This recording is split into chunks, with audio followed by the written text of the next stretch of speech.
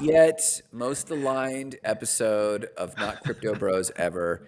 It's the oddest and most aligned for a variety of reasons, some of which we probably won't even share. But one of which, one of the more obvious things, it's not even technically episode 103. It's technically episode 104. I say we just start with you, Jarrett, first. Let's just Okay. start there. Let's just start there. Yeah. So and it's shared. It's been shared publicly on LinkedIn. I haven't shared it on Twitter. If you're watching on Twitter, on YouTube, you will now hear this. This is going to be one of my last formal episode as a Not Crypto Bro. I may come on in the future. Should the rest of the Not Crypto Bros decide to have me for an episode or two? But I am going to be shifting my focus towards Compass Mining, which is my full-time job, and More Than Blockchain, which is my podcast / I'm starting to think of it more as a media house, because we are just creating a bunch of different types of content, multimedia content. And so moving forward, there's a belief out there that whatever you focus on expands. And I am decided to focus more on that. So this will be my last, like I said, formal episode. I'm sure, there's going to be opportunity in the future to hop in here or there. If, like when Bitcoin hits 100K, you may want to have a Maxi around or someone who's very Bitcoin focused. So it's been good. And I have reached out to certain people on LinkedIn.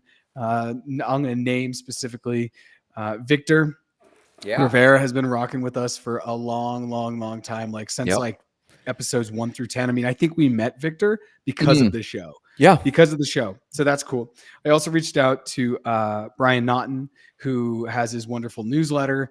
And everyone we were talking. Yeah, we were talking, and he said, make sure you keep in touch. Like, I'm not going anywhere. I'm still going to be on LinkedIn. I'm still going to be in all the spaces that we all inhabit as far as like social media. Also reached out to Allison to thank her because she's been one of our biggest supporters for a long time. And then finally, someone who I think has hopped on the Not Crypto Bro. And then there's Tristan. I wasn't able to reach out to Tristan. Tristan's also been with us probably for the last 40 episodes. And then the other person I reached out to was Vanessa. Because we met her family. I had her kids on More Than Blockchain, and she is just been a big follower of everything that we've been doing. So I kind of just wanted to make sure that I reached out to those people. And Tristan, I didn't reach out to you, but you're getting the shout out here because you're often one of the people who's in the comments. And somebody else who I actually didn't reach out to, but that's probably because we're always in Telegram chatting anyways, George Pate. George Pate's another one who will check in and has good comments and pushes the conversation forward. And God, while I go on these things, I should say Roger Williams, another person who hasn't been present as of late, but has also been around for, I'd say 60 odd, 70, 80 episodes. I mean, Brian, Victor, I believe Allison, definitely Roger Williams, definitely George Pate. They were all around when Jay was around. So we're going back. We're going 8 months back because Jay basically stopped recording with us in March or February of this year, which is crazy. Because it feels like it's further along than that. It feels like it's been way longer than that. And part of that is because in and around that time, we were doing 2 episodes a week. We had a Tuesday episode and a Saturday episode. Now we've moved to Wednesday to accommodate different schedules. But even that's tough because in the world of crypto and Bitcoin and blockchain, the world doesn't stop. And Jackie works in this space now full time. And, unlike TradFi banks, which close at 4:30, 9 to 4:30. Bankers hours. Yeah. Yeah. Jackie has commitments and partnerships and kind of alliances she's trying to create across time zones. So that's why Jackie's not able to be here today. Aussie's not able to be here today, I think, because of work. And also he's got some personal stuff going on. So anyways, thank you for throwing me the mic. This is going to be my last episode. I will always be around. I'm going to be with Compass, and I'm going to be with More Than Blockchain. And Grant has been on More Than Blockchain 3 times, and I'm sure he will come back on soon. Maybe the next time. Grant was just recently in Colombia, which we should talk about next. And I don't even think we had time to record because we just had such a packed 48 hours while you were here. We talked about it like the first half day, and then you're right after that, we didn't even talk about it. We just didn't have time. Yeah, we just didn't, sometimes there wasn't the right moment. And what I wanted to do was go out on my rooftop here. And that would have been fun just to record. So, and now since you've been gone, it hasn't been raining. And this is not hyperbole. Look at it was pouring, and everyone, I was like, what the hell? Like Bogota, Portlandia, Bogota over here. It was just drizzly and rainy. But yeah, I mean, but when the sun did come out, it was awesome. It was It was really, awesome. And the sun's been out all day today. No sign of rain. You can see the sun over there. I can see blue in all four directions. So yeah. it's just funky weather. We're in funky weather. But why don't we talk about Yeah. Columbia and Luminarium and I just, talk to us about your experience because it's one of these things where you and I've known each other since a long time. It's like a year and a Year and a half, but half. it seems much longer. It's a little bit Yeah. longer than that. So it's coming up on 2 years because I think it was February 2022 when we started. Mm. And there's Victor Rivera, who just got a shout out. Yo. Yo, And Victor. I've been saying to you for a while to come down to Yep. Bogota, and now it's on me. Victor, we are doing well, and now it's on me to come up and visit you in Florida. And it sounds like you may Yeah. have, some events where that makes sense, as you talked about recently in your social media. That like traveling with purpose, With not purpose. there's always a time to go lay on a beach or just Yeah. go camp for 3 days. But Yep. when you get to travel with purpose and leverage that into your business or into your personal brand or into just something that you're building, like maybe you're becoming a better practitioner of yoga and you want to go fine tune that with some people. Um, Yeah. so thinking about all that, talk to me about your experience in Colombia because it was quite the whirlwind, and you were only here for about 48 hours, but it was heavy. It was. So from the highest level, for those who don't know, I think I traveled for as much time total as I was in town. And I probably should have gone another day. Brian Naughton, what's up, Victor? Boom. Brian and Victor, two guys who got shout outs at the beginning of this episode. Nice. Yeah, and maybe I don't know if you guys were around, but we'll probably have to circle back and re-announce just as we wrap up there, Jarrett, just so everyone has it bookended. But it was. Are you guys? This mother. We're not going to be able to get any words in because Victor's just going to start shilling and asking me if I'm trading. Victor, actually, this is real talk. Great. Before we go any further, Go. I want to get with you, Victor, and get on a Zoom or a Google Meet and let's talk about trading. Yeah. I'm going to say not financial advice for everyone else, but let's do that today. And I was going to share this on I'll share it a little later, but I bought 2 coins today that are not Bitcoin, and I will say that publicly. So maybe Compass will fire me after I say this, but that's okay. Flow, Gala, ETH. Oh my God. All right, Grant, tell us your story. We'll try not to be sidetracked because I think Victor is bringing the fire here. It is. So it was fantastic. I was very fulfilled for multiple points. Number one, having you and not just a person, but like a person that I feel very comfortable with traveling anywhere in the world with. And you just absolutely knowing everything local. I determined in my days in Haiti and in the Dominican Republic. Before that, I was traveling the world with Semester at Sea, and I had several encounters. One was I was kidnapped in India for a while. And How long was that? just for a day, and we got out of it, fortunately. I don't know who LinkedIn user is, but hello. So I was kidnapped for a day, and that shocked me. And then I had some experiences in Cape Town where we just didn't know locals. And so from then I was like, I'm determined to work with locals. I worked in Haiti with a local, and I felt safe all the time, though Haiti, I would not recommend anyone go there without a deep relationship with a local. The DR, Dominican Republic was a little bit different, but knowing not just a local, but having the relationship we have. We've traveled together to New York, we've traveled together to Austin, and it was just phenomenal. So that it alone is like a huge fulfilling bucket for me. I've traveled the world, and you have too. And if someone's like, hey, let's go to Bali, I'm like, well, Bali sounds nice, but who is there? Who? Because for me, if I'm not enjoying this with people that build on my future, there's Allison. If I'm not traveling with a purpose and traveling with people, it's that. So that was point one. Point two, the fact that we were there for, we thought it was a crypto conference, but more than anything, it was a pitch conference that had a heavy blockchain Web3 dose to it. All the teaching, a lot of the speakers were all crypto based, but not all the pitches and startups were necessarily crypto focused. But it was really fulfilling to get the invite from you via you, but through Jessica Yang and a contact with Carolina, and just like, it was like, okay, this is kind of cool.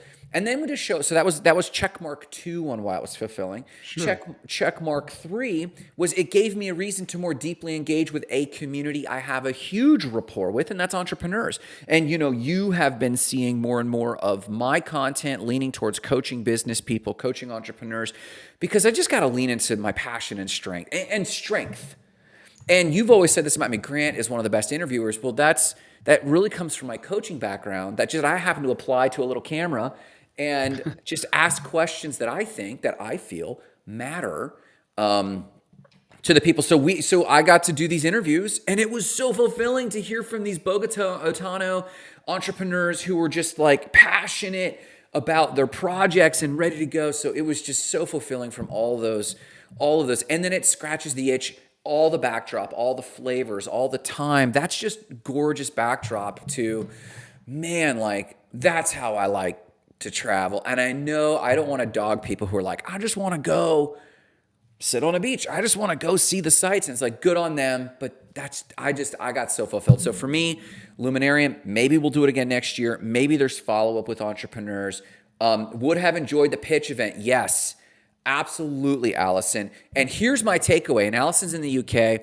I don't know how she feels about this, but I've noticed, at least in North America, or maybe just the US and Canada, and I said this to my contact today, Juan Carlos, who started an incubator in Puerto Rico. And I've just mentioned to you, started all these startups. I mentioned this to him, and he said, Grant, I've got my VC money eye on Bogota. We're going to follow up and talk about this. I didn't even tell you about this. And he said, I said this to him. I said, the one thing I noticed, Juan Carlos, is this. He said, what? I said, the entrepreneurs in Colombia, Bogota, are truly passionate because they are close in proximity to the problem they're solving. They live the problem. I said, most of the entrepreneurs in America, I said, just think there's a good market, a good money to be made. And he said, I call them mercenaries. In America, they don't really feel the pain. They hypothesize the pain. But Allison, it was so enjoyable to listen to these entrepreneurs in Jarrett's neighborhood talk about a problem because they experienced it that day. I'm thinking of one, Adamo, or the first interview I had. I forget his name actually. I need to go back, but it's like there was a car ride problem. Uber is way too expensive, but the public transportation is not secure enough. And he that day had a problem that he was trying to solve, and his app was fixing that in Bogota in Latin America, and he's just truly passionate about it. So that's the biggest thing. That's my biggest takeaway. And it's fueling me, and it's shaped, and for better and for worse, for all the obstacles and challenges. I have a trip coming up to Peru, and I'm analyzing it, going, I need it to take the shape of trips like this more than trips like that for me. And so it was a life-changing, value-shifting trip for me. So I don't know if that's what you were looking for, but that was no, that was totally it. Because I know a lot of people saw from afar through through the looking glass of social media that you were there. And even Jess Yang on Twitter was like, I'm waiting for the photo dump. We should probably do a photo dump. Oh, yes. Sorry. I'll do that. Thank you for saying that. Yeah, we should just do that. And Allison, great to see you. You also got a shout out at the beginning of this particular episode. Great investor theory. Yeah, I think one of the things that Grant and I talked about, because Grant and I basically were invited to go to a small tech event. I think there were like 300 or 350 people. This is a small event, right? When you go to Consensus, where I was in May in Austin, Texas, there were 15,000 people. So there's goods and bads to both of these things. One of the downsides is maybe there's not going to be as many opportunities, but the upside is that of all the people you get to meet, you probably really have a quiet moment to talk to them for 10 to 15 minutes. Absolutely. Normally at events, you're scanning a QR code and you're going to follow up with them in 3 weeks with some email that you've already prepared, which can kind of be impersonal. And one of the things that Grant and I spoke about was, even though this was a smaller event, it was the first time they were doing this event. It was between this organization called Luminarium and the Bogota Chamber of Commerce. So it was cool for me to have Grant and for us to be there in the first one. Because I said, you know what, next year, this is going to be bigger. Yeah. Right. And then the year after, if it's still blockchain and Web3 based, which a lot of it is, it's going to be massive. And this is just what happens with the cycles. The interest comes, the money comes. People are just more curious. I also think that this event was actually free because it was put on by the Chamber of Commerce. So when it's a free event next year, And there's all these like, Bitcoin conversations, blockchain, NFTs, DAOs, cybersecurity conversations going on. I think we're going to have a lot more people, and hopefully, Grant, you can come back down next year. And what Yeah. Grant and I did at the event was I was on a panel and talked about NFTs, and I also gave about 40-minute talk on Bitcoin mining, which was its own separate kind of fun thing for me. Mm-hmm. The presentation died in the middle of it. That's what happens, I guess. The recording will be kind of funny. It is what it is. But Grant was able to set up an interview, I think 6, 7, a good amount of entrepreneurs who were there. Just kind of talk to them about their story, talk to them about their journey. Yeah. And as I've said, and I'll say here, I'll say to anyone, Grant to me is the best interviewer I've ever been around. Lex Friedman, sorry. Joe Rogan, sorry. It's like Grant, right? And so he says it comes from his coaching background. Wherever it comes from, it's brilliant. And it was great for him to be able to sit down, and we basically were able to feed him English-speaking entrepreneurs, people who speak English, who were either local to Bogota, local to Colombia, or local to the region, because we also met Alex, who is from Costa Rica. So Yeah. people really came in to be a part of the pitch competition. And I guess what I want to say is this is a conversation that Grant and I had, and actually Brian and I were having a similar conversation in our chat. And that is, you can't get to 2 unless you do 1, right? I know that sounds simple, but a lot of people, there's probably as many reasons for Grant to not have come down to this event, just due to its size. Yeah. More reasons for him not to come down than maybe to come down. But now, in hindsight, knowing that he did come down, it's like, well, he did this. And now I would love for you to talk a little bit, broad brushstrokes. I know details, like let's not get mired in the details. And I know things are still in the air, but it sounds like you're going to be able to leverage this experience where you came down to work with entrepreneurs, be around some big investor money, and just overall tech conversations in Latin America to potentially leverage into future opportunities that you're having per your contact that you have at your local co-working space. Yeah. So, well, it's actually twofold. So yes to that one, and I'll elucidate that a little bit. But also to our phone call last night and the idea you affirmed. So for those who don't know, like I've been a small business performance coach, a messaging coach, people learning how to speak better about their pitch. And while I was doing these interviews in Bogota, these interviewees, we would wrap up the interview, and it was great. They would tell us their story, and we'd wrap up, and they would stick around as we were wrapping up, and I was packing up for them and preparing for the next interview. And they were curious, like there's this passion, and they were curious, and they would say, like, what do you do? And I was like, well, I don't know if this translates, but I'm a messaging coach. I help people talk about their business better. And they would light up. And the first one was like, I could put you in front of 50 other entrepreneurs right now. And I'm like, okay, but like, what are you asking me? He's like, what you're talking about. We need this. Now, in America, when I say messaging coach, it's more like, how do I tell better stories? And like, what do I put the emphasis and the punctuation? But it seems like how it translated was as passionate as, and Colombia to me is the epicenter of the up and coming tech push in all of Latin America, LATAM, right? In the LATAM region, it's just like, it seems like it's Bogota, right? I mean, that's what's going on. And so they're passionate about these problems, as I've already said, but they also recognize they're trying to bridge to the money audience, which is largely North America, largely the global north, for lack of a better term. Their desire, whether it's accent or whether it's better storytelling. One of them asked me about metaphors. They showed a few metaphors, and they're like, does that land? And I was like, oh, no, that doesn't. But that means there's an opportunity for us to talk. I mentioned this to Jarrett, like, I wonder if I could come down, I don't know, quarterly or do Zoom stuff and just work with a group of entrepreneurs, which if I opened my dream list, it says, and I didn't tell you this, Jarrett, when I was sitting in your little foyer downstairs going over my goals, I told you some of these goals no longer apply, but one that stood out is, I help the youth, and this is mislabeled. I need to label this in a more politically correct way.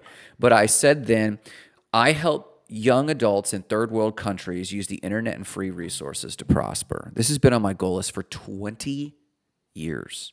And I've done it in small ways. But you remember we were talking before this call? Aligned? Hell yes. And so when you and I were talking about this and these people were coming up and asking these questions, this bell rang in me that's like, aligned, hell yes. Now jump forward to what you're saying. We had a series of, we've been making tough decisions, as Jarrett's announcement when we first started today's show, and we'll bookend it again if you stick around to the end of the show, folks. Jarrett's making an announcement. He's making tough decisions.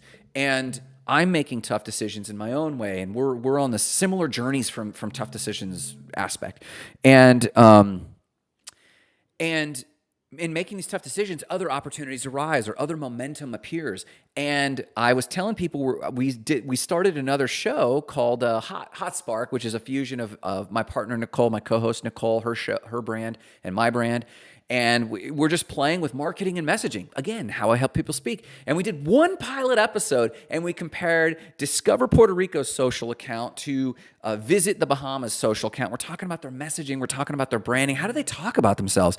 And we were being critical, except for the Discover Puerto Rico's looks phenomenal. So we're very complimentary. And we said, let's follow up with the director and see if we can't get her on an interview. Just why not?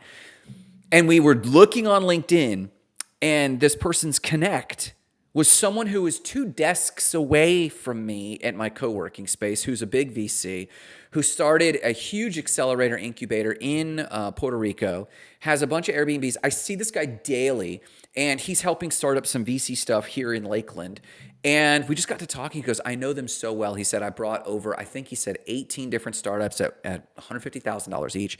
And we got to talking. He said, by the way, I saw what you did in Colombia, and I've got my eye on Colombia. So let's talk more. And I literally, while we're doing this show, I'm getting DMs from LinkedIn from another contact he wanted me to talk to. And so it's wild when storytelling is so important, Allison says.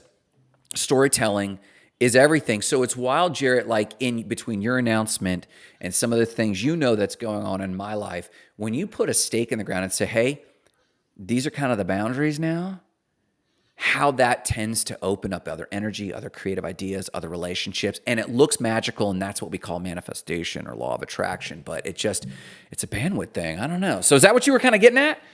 Yeah, that's exactly what I was getting at. I mean, I think it's, you and I had a conversation, and once again, I'll say it again. You can't get to the second step until you do the first step. Yeah. And like I said, there were probably more reasons for you to not come down to Bogota for 48 hours than there were to come down. But now having come down, you're going to be able to leverage that experience. And for example, with the contact in your coworker, you can be like, oh yeah, I went down to Bogota. Ish is real. It is a nice place. You can get around. It's like you said when we were walking one day, you're like, this is like, some mix between parts of Europe, parts of the United States. Yeah. And the only thing that's really different is maybe sometimes I can't understand what everyone's saying. Bogota is a place that is growing, it's expanding, and it's going to continue to grow, especially if its currency continues to stumble, because as currency stumbles, foreign investment comes in. That looks like infrastructure, that looks like foreign deals like the Chinese are here. It also looks like tourism. It looks like people on the ground, because backpackers. I've seen more and more foreigners just even in my neighborhood in the last 2 months than I have before. At the cafe where I go, and I've never seen a foreigner before in my life, at least not like heard another language or been like, oh, okay, I think that person's not from here because they're 6'5", right? Or 6'8". Yesterday, there were 3 women from England. I didn't speak to them at all. They looked like, they were 23, 24. They looked like backpackers because there's a hostel like pretty close. But that's, Bogota's, it's on the map, and it's becoming a place where people want to also have conferences. So that's something that's definitely a good conference town. Yeah, it's a great conference town.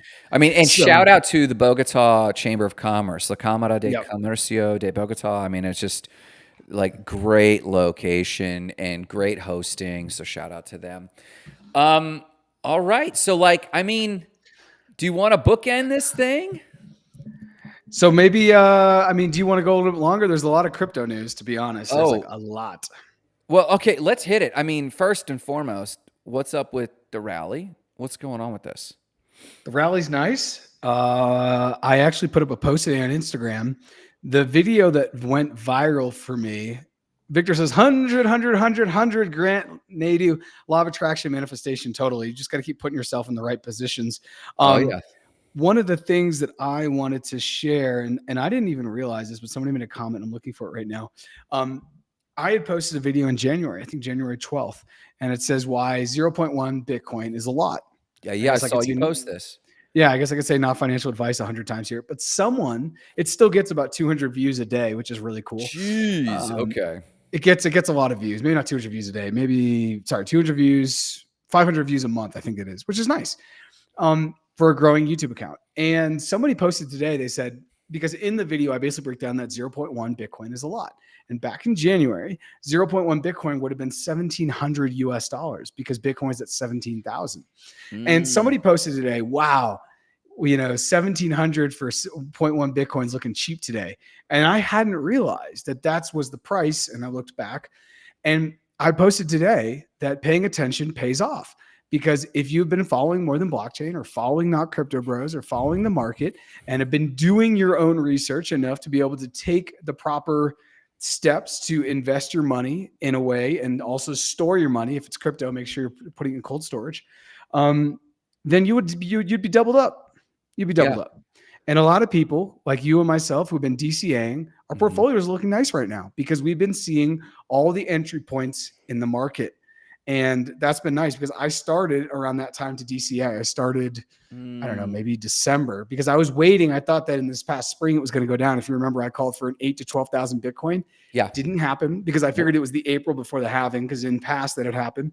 But even before that happened, I just started to really get in the market. So all that's to say, the rally is here. It's sustaining, and it's interesting too. The perspective of a $35,000 Bitcoin right now. Ooh, this is nice. Right now, as opposed to a $35,000 Bitcoin in maybe the summer of 2022 before FTX happened, Yeah. maybe after Terra Luna, but before FTX, because then it was like, oh, it's only half of our all-time high. But Mhm. now we're still half of the all-time high, but we're on our way up and we've doubled from basically the lowest of the low. Because I think in some exchanges it hit like 15.5. So I Yeah. just, it seems to be pretty well sustained. The other thing that's happening right now is that for the first time ever, there are more transactions on ordinals than there are on Ethereum, which has backed up What? The Bitcoin block a little bit. Yeah. Yeah. Ordinals What? have absolutely exploded. And last night I was on a space with Beach Hills, a guy who's been on More Than Blockchain, and another Yep. guy named Sam, who is amazing. And we actually ran into him super quickly at Permissionless. He was coming in while we were coming out. He's a taller guy. He's a Puerto Rican guy. He was with his Yeah. girlfriend. It was super quick, The but I was on a musician. space. Yes, exactly. Great, Yeah. great memory. And we were on, he was on a space last night and I hopped on and I ended up talking for like 20 minutes about Bitcoin and Colombia. And, cause I've been telling he and his girlfriend to come down. They're from Puerto Rico, but they've kind of like, they now live in Austin, whatever. Mm. But the point I want to make here is ordinals are blowing up right now. And it's ironic Why? because I got my first ordinal this past Friday. Why? Like what? I mean, they're just PFPs, right? Yeah, I mean they're tied into different projects, but the thing with ordinals is because of the inscription and how that works. If you have a rare ordinal, number, if you have a rare ordinal, it may have value just because of its inscription or its SAT number, which is crazy to me. Which is crazy. So imagine if you started Ethereum NFT from zero. Imagine like I'm sure like some of the crypto kitties and crypto punks would be in the first like 40, 50,000 back in 2017, Sure. 2016. Yeah. So if you're lower than 1 million, it's huge. Because I think right now we're at inscription number like 36 million. So if you have a ordinal that's under 1 million, it's huge. Under 100,000 is crazy. And the ordinal I got, which was actually given to me, is 1 million and it's 1 million something. So that's like that may have inherent value just in general moving forward because of how low the inscription is. So we might Which is see a crazy. future. We might see a future where the Bitcoin, is at 35,000, might go to 50,000, might go to 100,000, but an ordinal, which is technically inscribed at a Satoshi level, but it is standalone like its own NFT, right? Yeah. So it Yeah. could have an entire own price point that doesn't necessarily correlate to the price of a Satoshi at that time, right? In theory, yeah, in theory, it's like having a rare dime. It could be worth $100, Oh, even that's a though the great dime that's a great itself. metaphor. Yeah, I think that's fairly salient. I want to call out what Allison's talking about here. We're going to shift a little bit because I think we can go back into this. She said, Yeah. that's the difference. UK or US Chamber of Commerce don't think they need to focus on the new, but countries that need to find alternatives are being more innovative and looking into the future. And this is something, Allison, you can read my mind, or you were on the space last night. This is something I said last night. I Yeah. said, when I talk about Bitcoin and crypto in Colombia, I get 3 times less or fewer bad looks, Yeah. because people, no matter what age, whether they're 80 or they're 8 years old, are like, oh yeah, what's that? I've heard about that. I want to learn more. Because when you're a price taker and you're pegged to the US dollar and your currency is fluctuating, and you're in a country with such high numbers in the informal economy, underbanked people are just like, yeah, what's the edge? Where's the edge? Not a lot of people are comfortable here. Even though I would say the same amount of people are uncomfortable in the US, there's just a perception that it's easier or better. So I said this last night on a space. I said, I like being in Colombia because when I talk about crypto or NFTs or blockchain, people more often than not lean in and they ask a question, Yes. as opposed to lean away and make a statement. Lean So yeah. away and make a statement. That's funny. Well, it's true. And I witnessed this firsthand because Jarrett has told me an anecdote of a waiter, a Venezuelan waiter, in his local vegetarian restaurant. And Jarrett's like, hey, I got to take you to my favorite place in the world. So we went and sat. Awesome place. I'll post a photo on my photo dump, Jessica, if you ever see this. And lo and behold, our server comes up and I'm trying to listen. And Jarrett's like, oh, by the way, this is the guy. And I was like, what? And I felt like I was meeting a celebrity. And this was the Venezuelan guy that Jarrett's been talking up Bitcoin. And this guy is buying his initial first Bitcoin purchases as a guy who understands the storehouse of value component of Bitcoin, or, cryptocurrency, but in this case, Bitcoin. And was very verbose and wanted to talk about it. Literally, if I walk out this door to my co-working space and I say cryptocurrency, they're like, oh, flash in the pan. And you made a statement there, which is really interesting. I think a lot more Americans are uncomfortable than we realize, financially, economically. But there is this weird phantom safety net. Safety net. Safety net, sure. And I don't know what it is, but I know that a lot of American business people, I came back, Jared, I came back in on Sunday. I hit the ground running Monday, Tuesday. It's Wednesday now. And I've been talking, like I do, to a lot of entrepreneurs, and they're all nervous. I got off a huddle this morning and they were like, I'm just uneasy. I feel disconnected from reality. It's given COVID vibes, but I don't know if it's the war in the Middle East. I don't know if it's the looming recession that's always never happening, but happening. And it's just I don't know what it is, but they don't hurt the way a Bogotano who's like, I can't find transportation today, trying to get to work feels. The one feels more visceral and therefore more real. And so when, to Allison's point, therefore they go, hey, I hear about today I could wake up and my 1 million pesos could be worth 10% less today. And so let's talk about, in this example, cryptocurrency or whatever is new. Maybe it's AI. Maybe they're like the startups we were talking to, they were all very cutting edge startups, and because they can get access to the internet and learn a skill on AI or automation or metaverse or whatever it is. And it gives them hope. So it's not just crypto, but it's that entire bundle. I don't know what we're calling that, Web3 or Web 3.0 or whatever. I don't know. Allison says, so true, Grant. Exactly how all my friends and colleagues respond to me. I'm laughing at them now. I'm assuming that's the whole, don't burden us with your crypto talk again. Yeah, Allison, you are not alone there. Victor says, and if you want to taste Bitcoin without the headache and cheaper, buy MicroStrategy stocks with a wink face. Not financial advice. Thank you, Victor.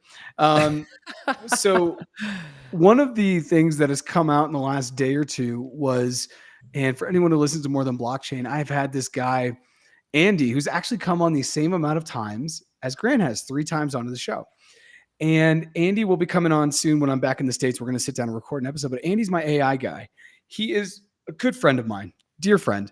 And he's been building an AI for 6 or 7 years, which is super OG. That's like when Grant says he's been investing in cryptocurrency for almost a decade, which is true. That's wildly OG in such a nascent technology. And Andy texted me the other day, and he never texts me. If we do anything, we just FaceTime. So he just randomly texts me. And I'm kind of like, okay, what is this about? He says, have you seen the dev day from OpenAI?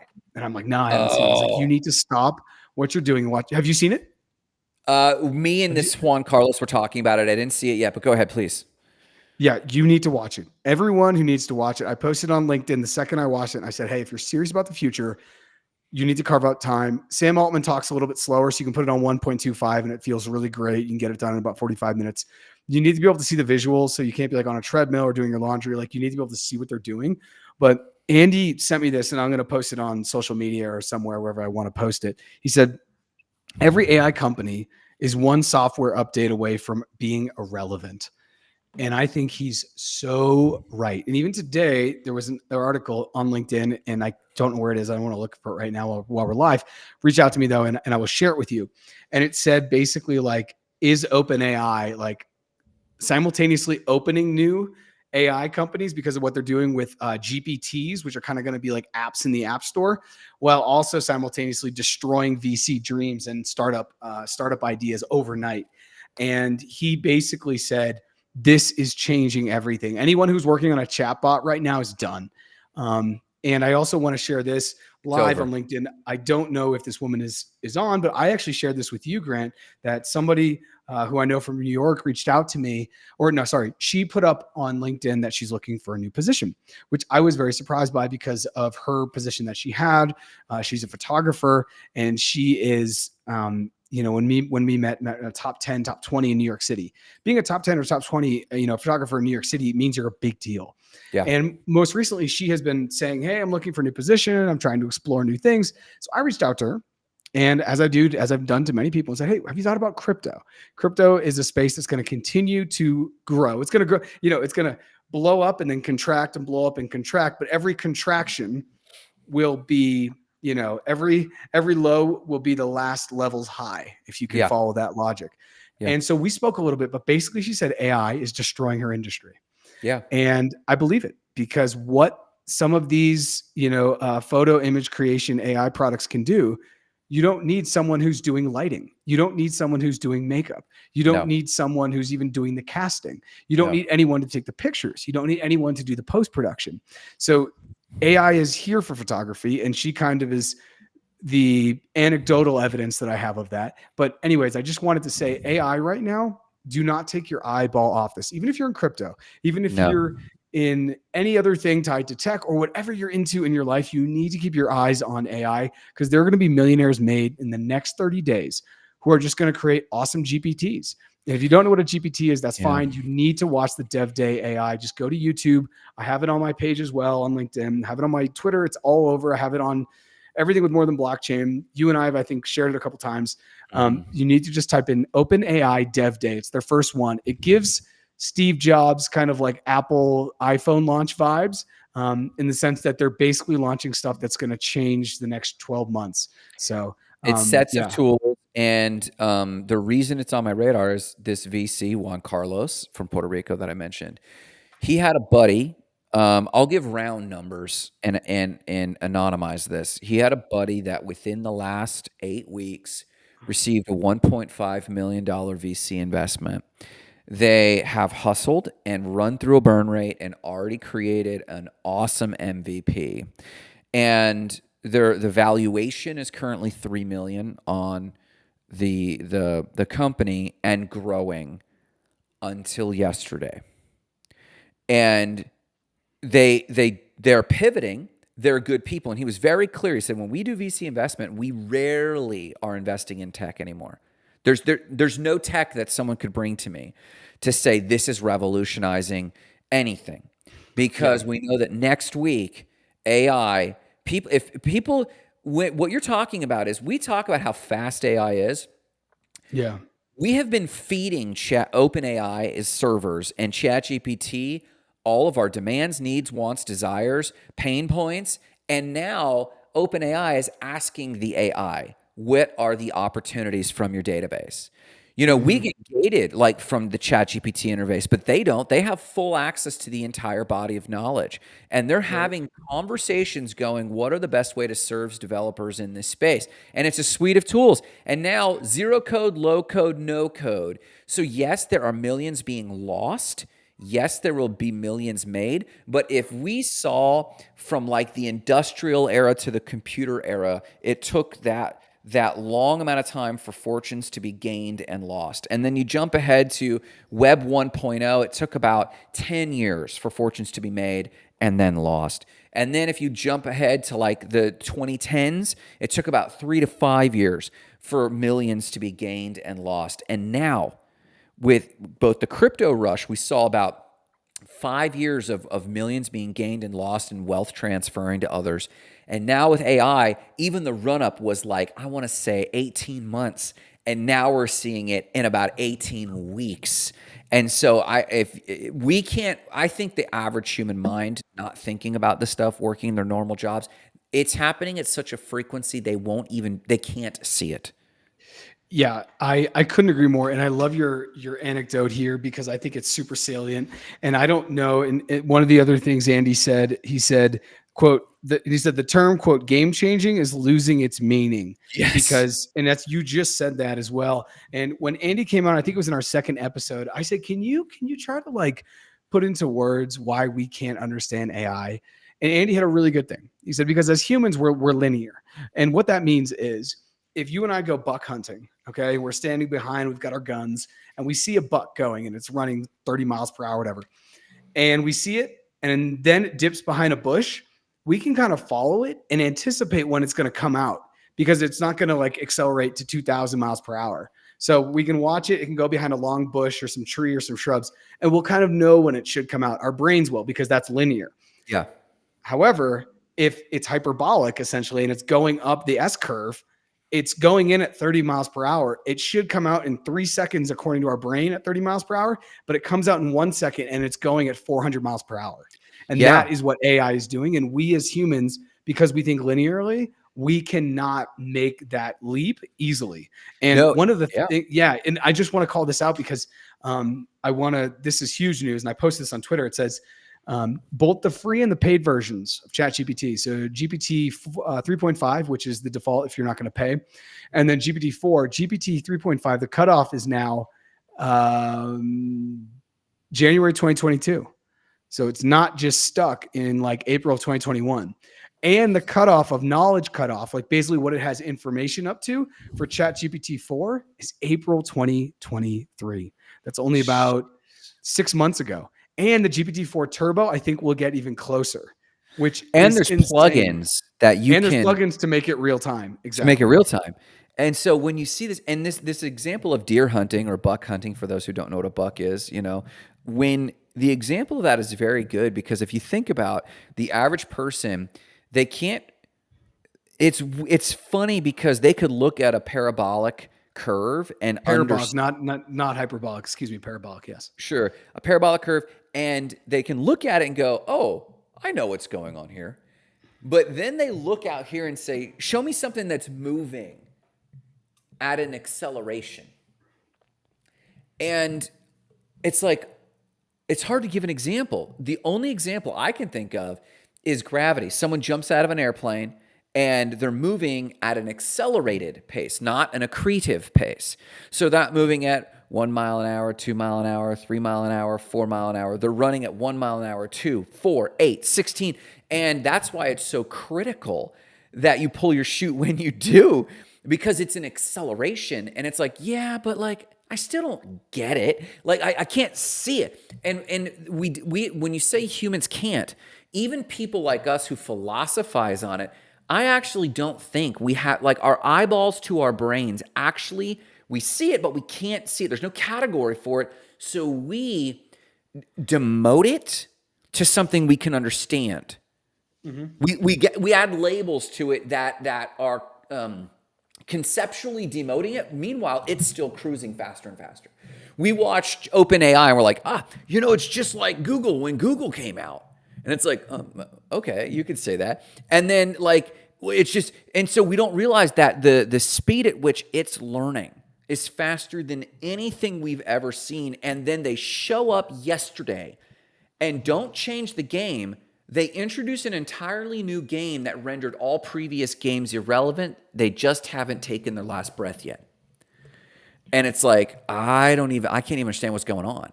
And I think that's the. It's Go ahead. no, go ahead. I'm sorry. I'm I was sorry. just going to finish the thought. I think that's this.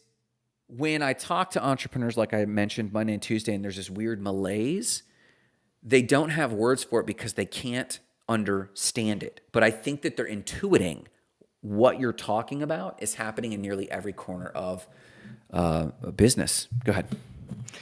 Yeah, I think that is happening in every corner of business. I think that if I love what you said there, about how, well, if it took 10 years for the .com, and before that it was like from the Industrial Revolution up to, I don't know, the creation of the computer chip, whatever that was.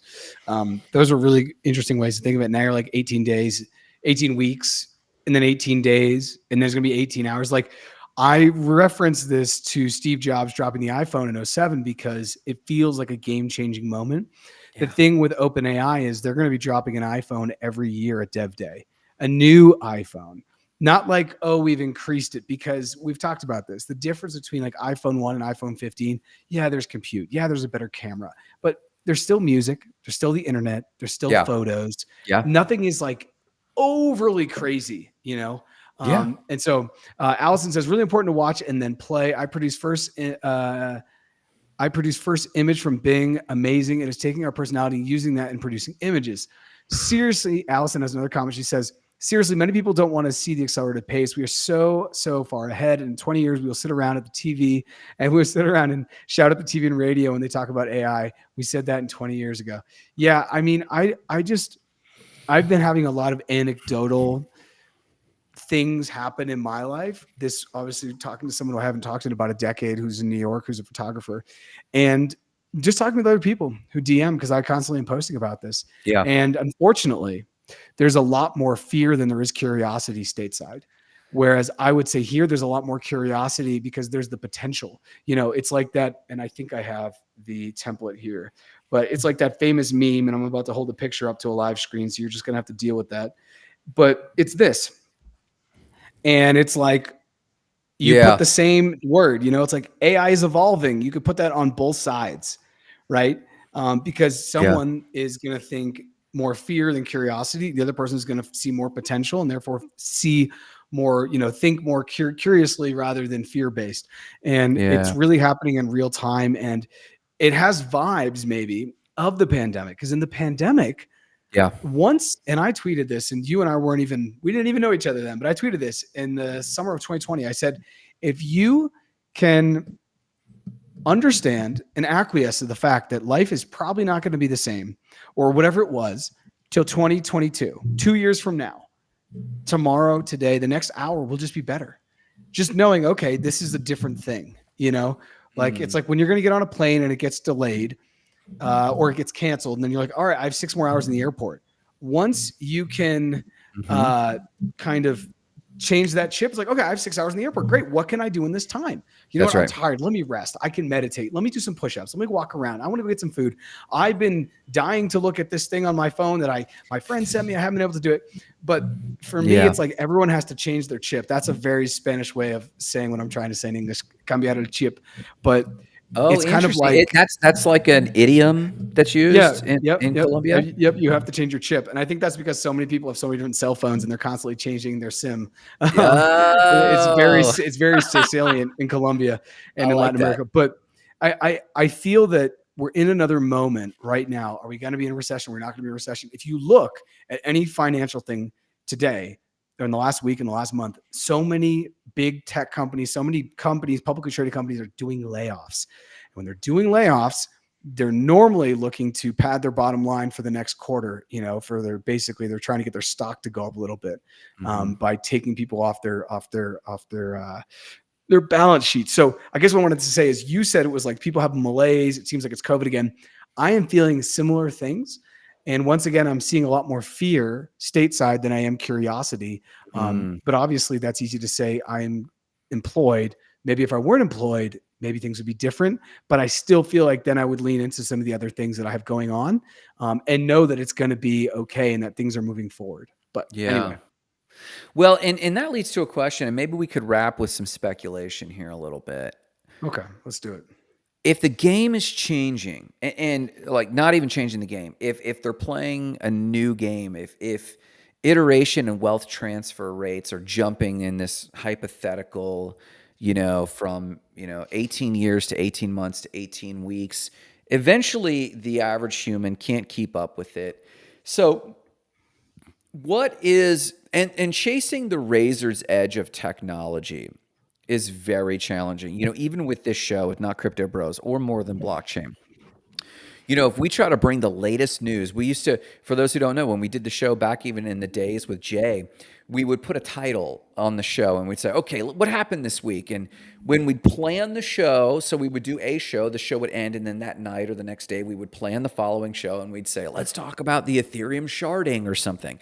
And by the time the next show came around, like we were behind, not by a week, but by a mile, And it's like, we just got to come up with a generic title because this stuff is changing so fast. And it's become exhausting, if not truly impossible to talk about the latest. So what is a either skill set or paradigm that the average person should be grasping onto in order to have a sense of up? Have a sense of direction or agency. Go ahead. Yeah, I put this on Threads the other day. I think I tweeted it, but for me, I said there's 3 things that I'm really hyper focused on right now. And I talk about them a lot. If you follow me on social media, I'm constantly hitting on these themes. Maybe not the third one as much, but one of them is curiosity, cultivating your curiosity. And whenever you look at something, even if it strikes fear in you, whatever that thing is, especially if it's tech related, just try to say, okay, instead of how this thing can hurt me, how this thing can help me. That's one. So curiosity.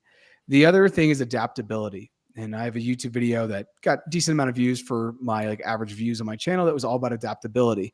And then the final thing is patience. I think you really need patience.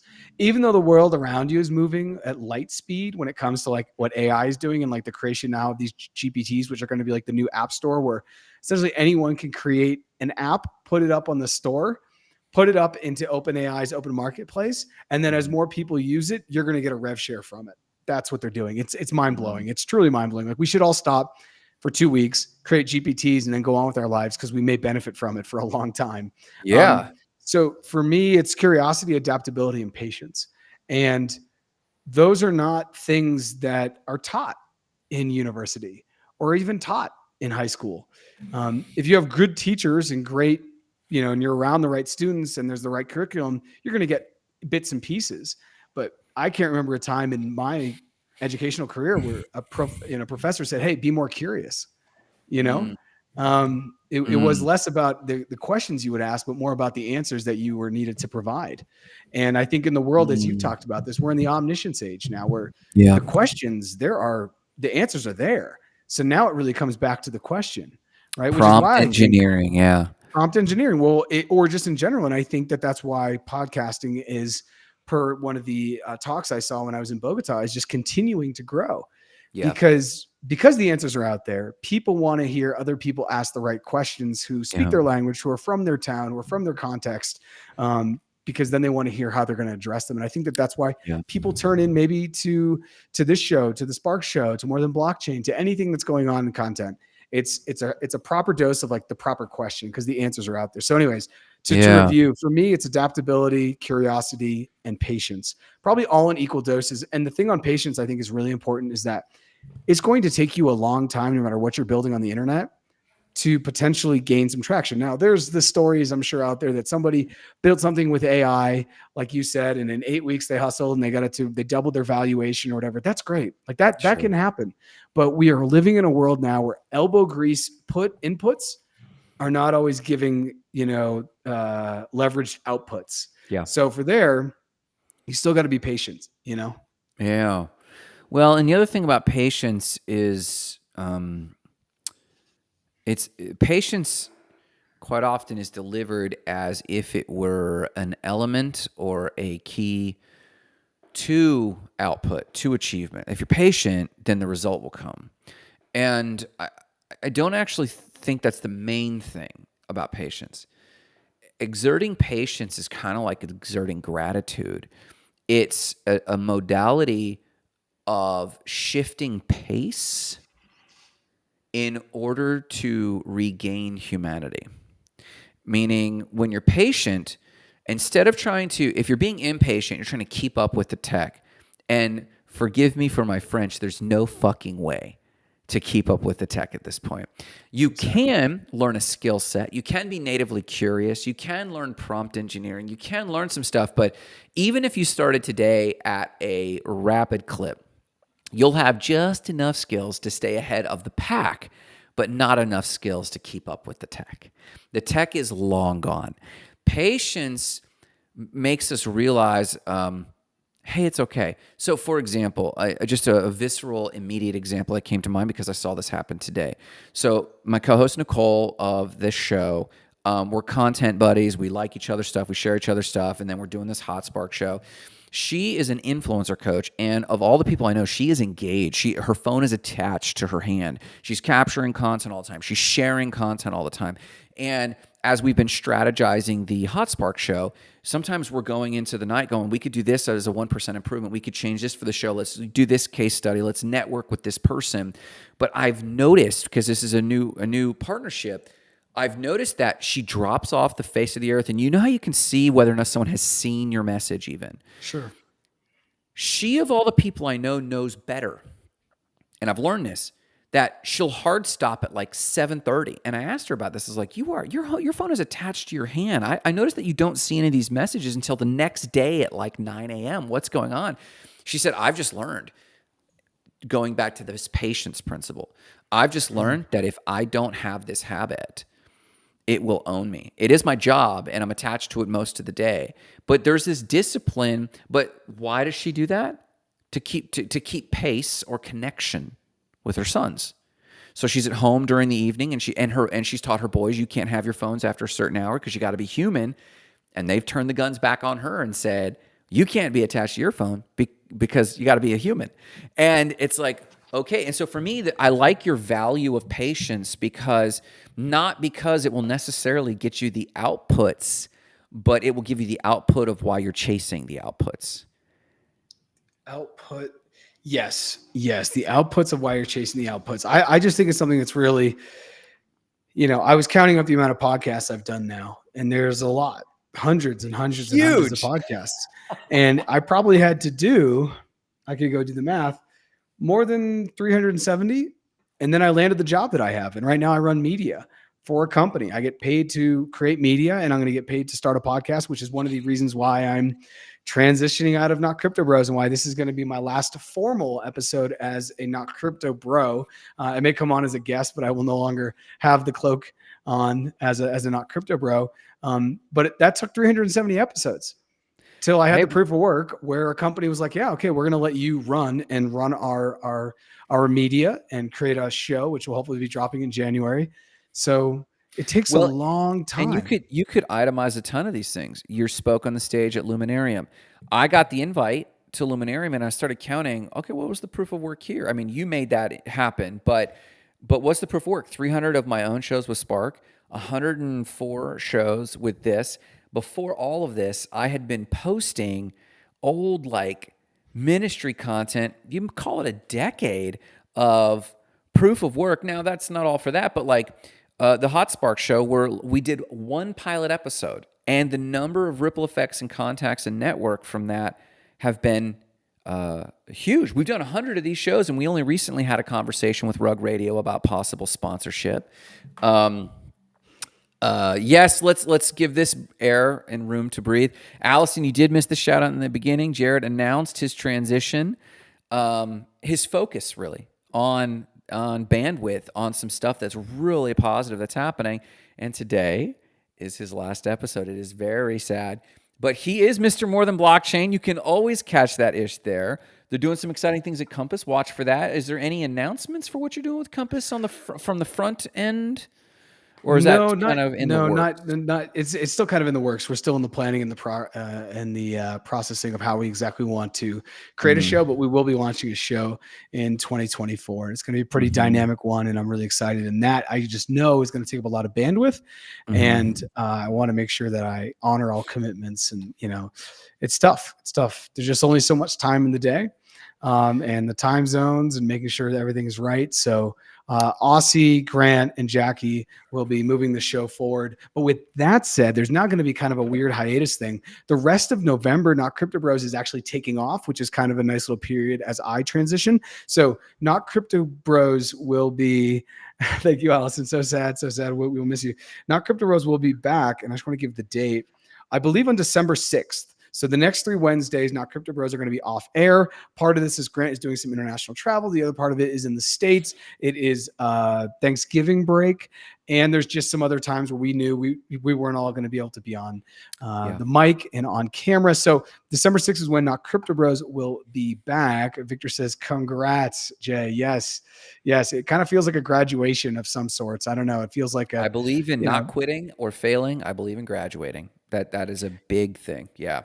Well, yeah, and if I could say 15 seconds left in a normal show for us, a shout out to Jarrett. We started this freaking show. I don't even know. You and I started the show. And Jay was there, and he was the third leg there when we started together. He had to go his own way abruptly in the early days. Then Aussie came around, then Jackie came around, and so it will be forever changed. But I'm forever changed because of the show in so many ways. Not about Luminarium, about our friendships. In fact, the 4 of us were talking in our WhatsApp chat, and it's like, guys, like, could we at least still keep the chat like normal? Because like we still like really the show has been more about the friendships and the opportunities and talking about stuff we love together. We just happened to turn the camera on so everyone else could see that shit. And I think that I like that about the show. So Jarrett, shout out to you, shout out to the team, shout out to everything that's going on. And we'll do our best. We'll do our best to carry the torch forward and have as much fun as you and I have had. So thank you so much for what you've done.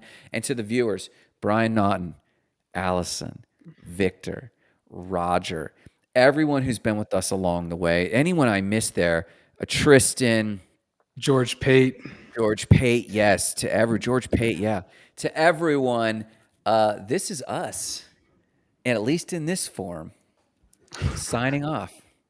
Everyone, thanks so much. Have a great day. This has been Not Crypto Bro.